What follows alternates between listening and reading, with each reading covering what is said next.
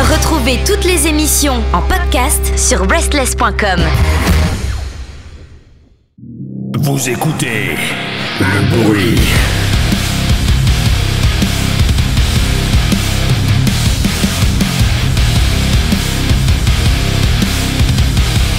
Sur Restless Radio. Bonjour à tous, bonjour Germain. Eh ben bonjour Guillaume, comment ça va? Je sais pas si vous vous rendez compte, mais là je suis en train de gueuler, hein. Ah bah, vous gueulez bien fort, monsieur Guillaume. Oh. Moi je suis très content de vous revoir, et vous êtes content ou pas? Pareil, je jubile. Oh, et vous là les gens, derrière votre casque audio, voilà, ou derrière les enceintes de votre Renault 5, est-ce que vous nous aimez ou pas? Aimez-nous bordel, nous on vous aime. Voilà, c'est tout ce que j'avais à dire, c'est la fin de l'émission. J'en ai marre, Germain. Pas du tout, on est très content de vous retrouver une fois de plus. Merci à tous de nous suivre, merci à nos amis de Restless, merci à tous nos suiveurs depuis les vieux de la vieille, du bruit, on est très contents et de tous les retours que vous nous faites, ça nous fait extrêmement plaisir. Voilà, je l'ai dit Germain, je suis un fou. Ah mais t'es un malade, toi tu dévoiles tes sentiments, tu poses tes balls. Mais carrément mon gars, voilà, j'ai pas peur de ça moi. Et j'ai une autre manière de déposer mes balls, tu sais ce que c'est?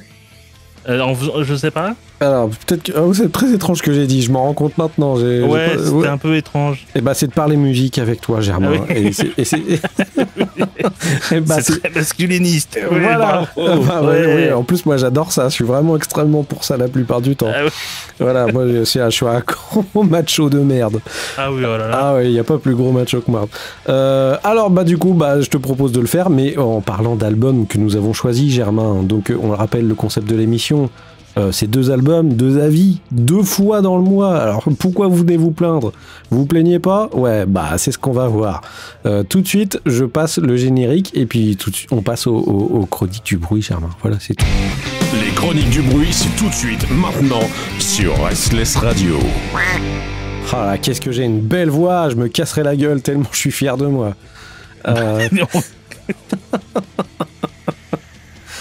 Germain, oui. N'ayez pas peur, je ne suis pas en train de craquer, je suis naturellement comme ça, et vous le savez depuis tant d'années que nous parcourons les ondes ensemble.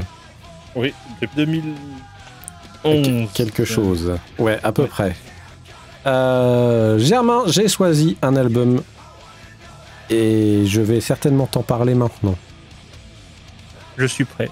Eh bien, c'est parti. Je vais parler d'un nouvel album de Dragged Under qui s'appelle Upright Animals, qui est sorti cette année. C'est le 2e album du groupe. Ils nous viennent de Seattle et j'en avais déjà parlé dans une émission du bruit. Et je crois même qu'ils étaient très bien placés dans mon top de... Alors, c'était quand? C'était en 2020, ouais. L'année 2020, dans mon top 2020, je crois qu'il était très très très bien placé, cet album. Malgré le fait que Germain, ils aient toujours eu des pochettes dégueulasses d'albums, ces gens. Pourquoi? C'est vrai que celle de 2020,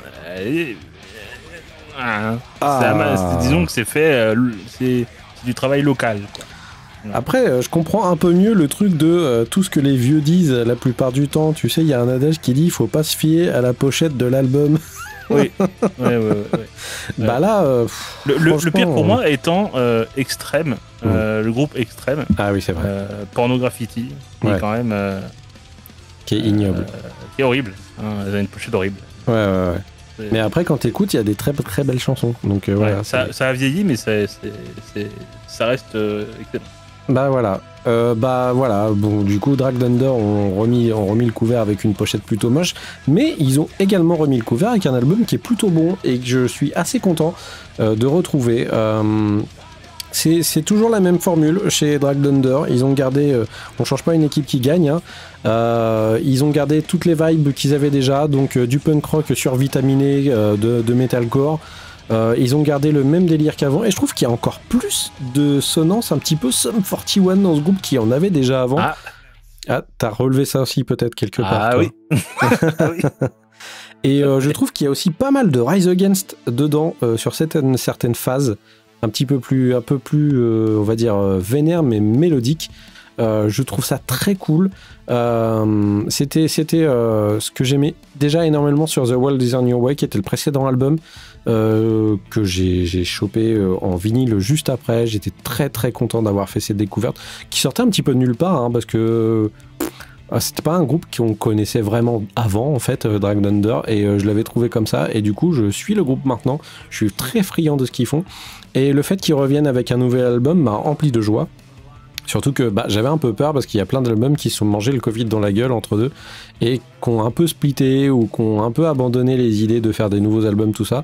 Et eux, c'était pas du tout le cas. Ils ont même lancé un live, je crois, entre deux en album qu'ils ont mis à dispo aussi également, qui était plutôt bien foutu. J'aimerais beaucoup pouvoir les voir en live, ça me ferait vraiment plaisir. Je crois que c'était déjà un souhait que j'avais évoqué la dernière fois, mais j'ai jamais réussi à pouvoir les choper en live. Donc je serais vraiment content de les voir. Et ce nouvel album, il est vraiment cool, même si je le préfère pas au précédent. Le précédent, je le trouvais vachement plus énergique et un petit peu plus vénère.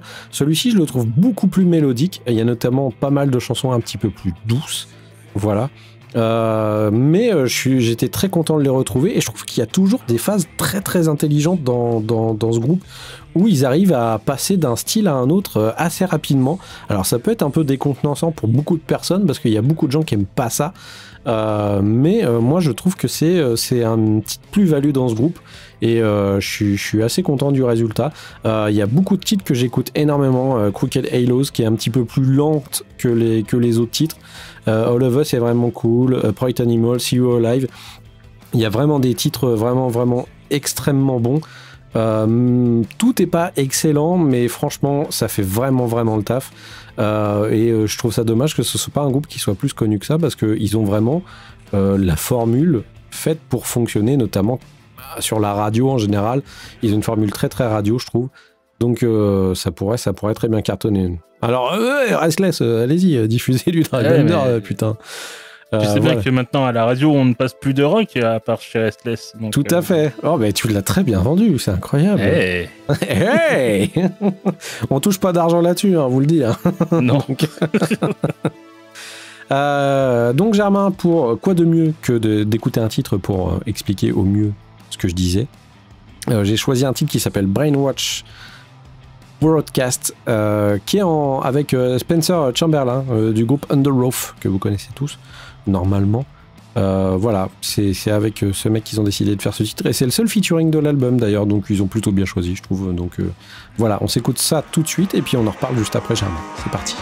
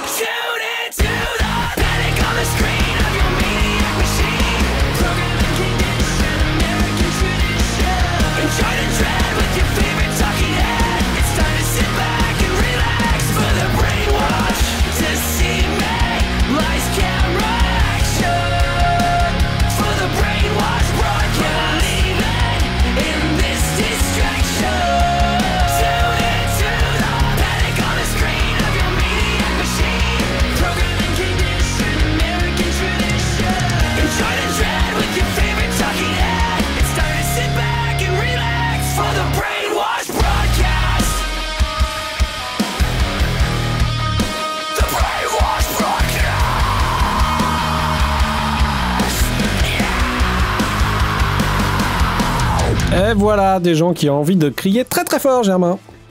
Et ils sont très énergiques, oui. Ah bah oui, bah il y avait plus de PQ, voilà. Ça énerve, hein. Ah bah c'est énervant. Ouais, c'est très énervant. Germain, je ne sais pas si tu as écouté cet album de Drag Thunder.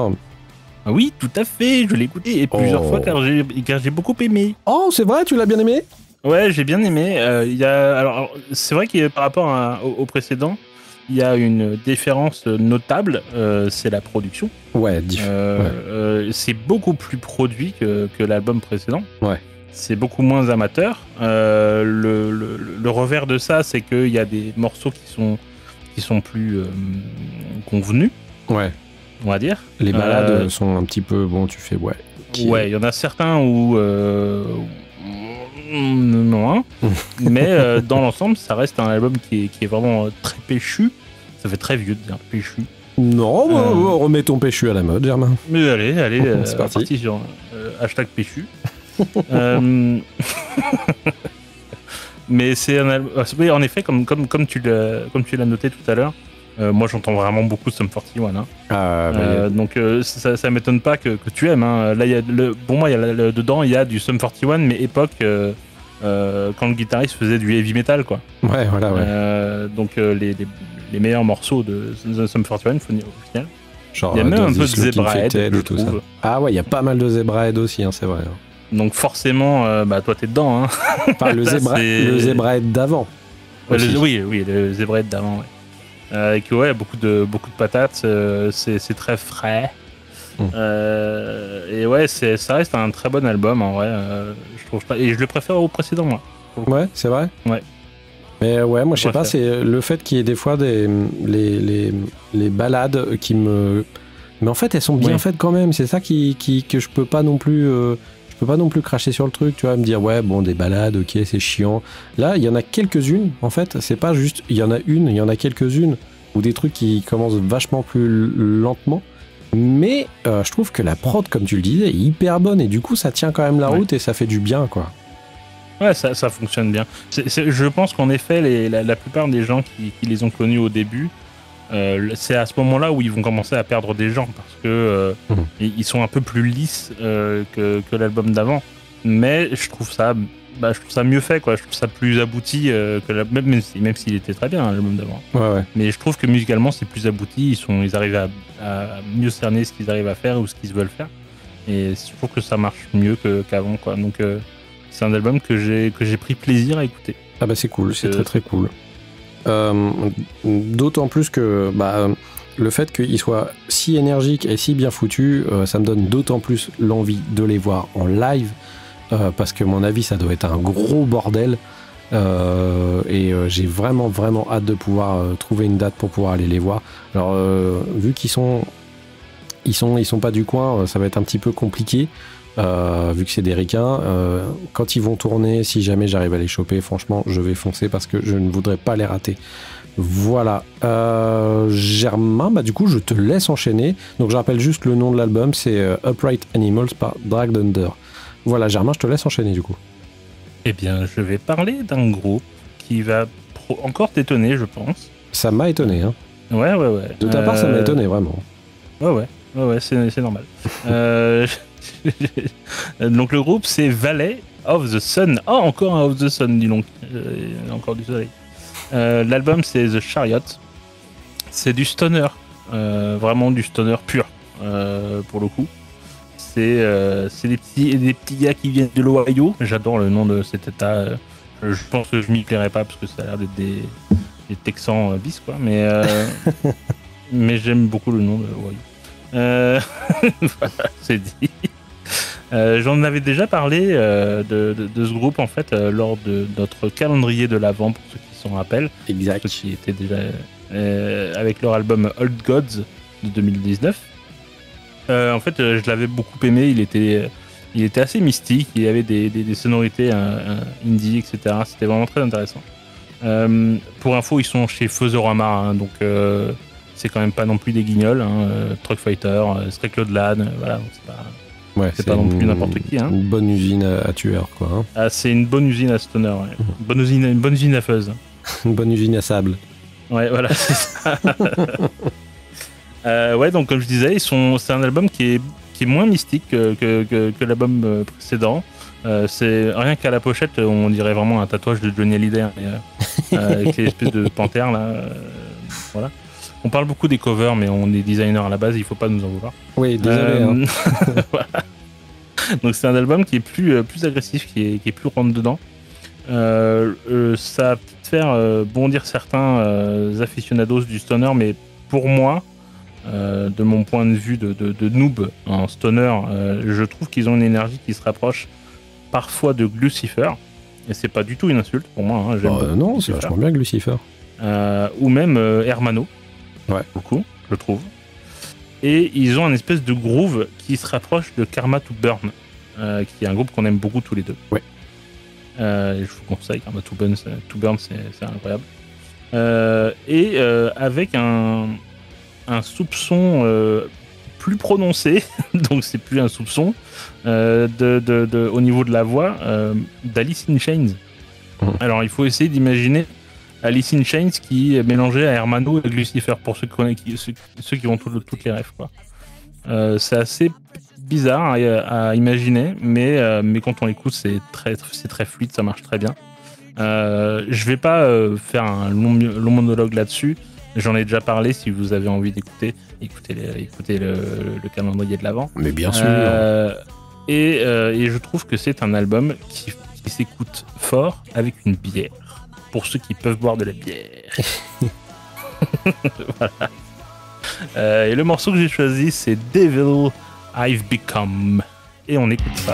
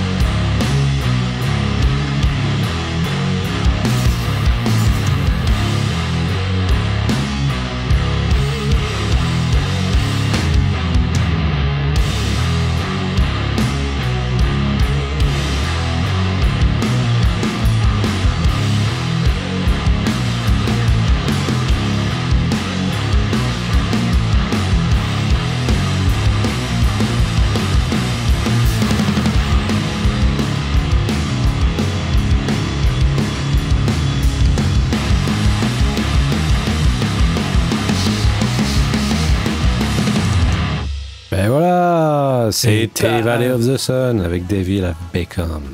Le groove. Et le groove. Ah, j'aime beaucoup cette fin de morceau. Hein, avec genre l'effet, tu ralentis et d'un seul coup tu reprends une grosse accélération. C'est ce qu'on appelle une montagne russe, mon petit Germain. Ah ouais. Très efficace. Germain, quel ne fut pas mon étonnement de te trouver sur la route du stoner. Ben oui, mais écoute, en ce moment, j'aime bien. Voilà. Bah cool. J'aime bien, je trouve que ça détend, voilà. Et tu te laisses emporter par le truc. Bah ouais. Cool. Puis quand c'est bien fait comme ça, je trouve d'autant plus, voilà, c'est vraiment cool.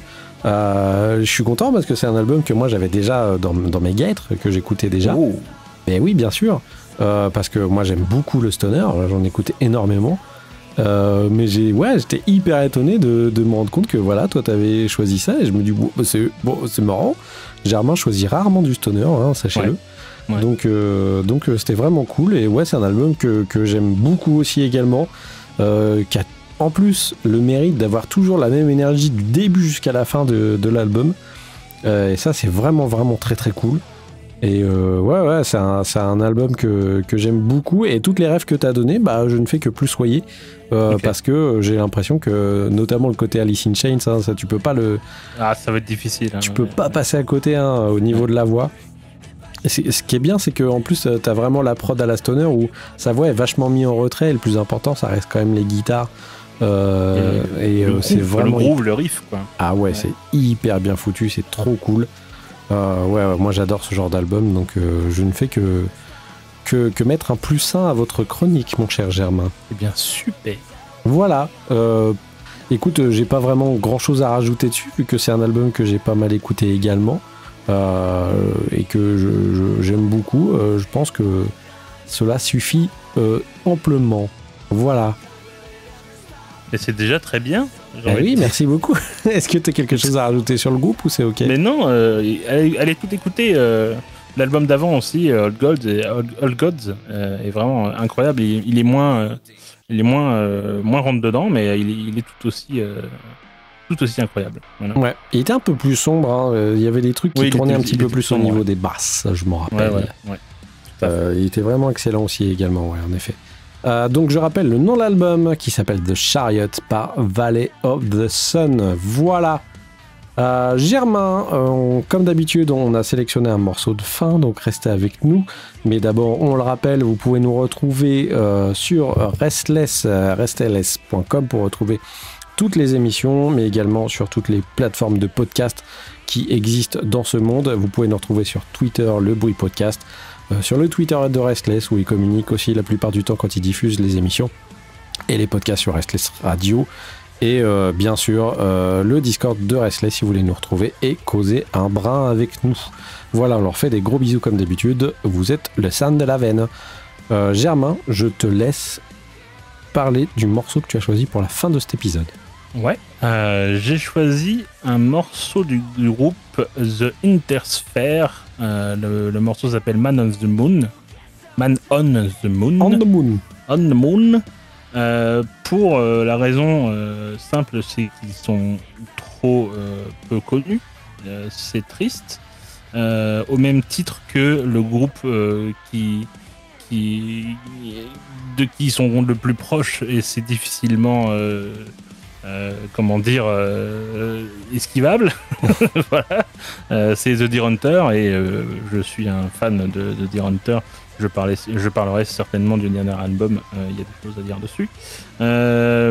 Mais pour ceux qui aiment The Deer Hunter, ils aimeront The Intersphere, et il faut écouter tous les albums d'Intersphere, c'est excellent. Et ce morceau représente bien le reste de leur discographie. Voilà. Très bien, merci Germain. Donc tout de suite, on s'écoute Man on the Moon. C'est un morceau de 2018, rappelons-le, oui, par The Intersphere. Et puis nous, on se retrouve la prochaine fois pour un nouvel épisode. On vous fait des bisous. À très vite. Au revoir. Et au revoir.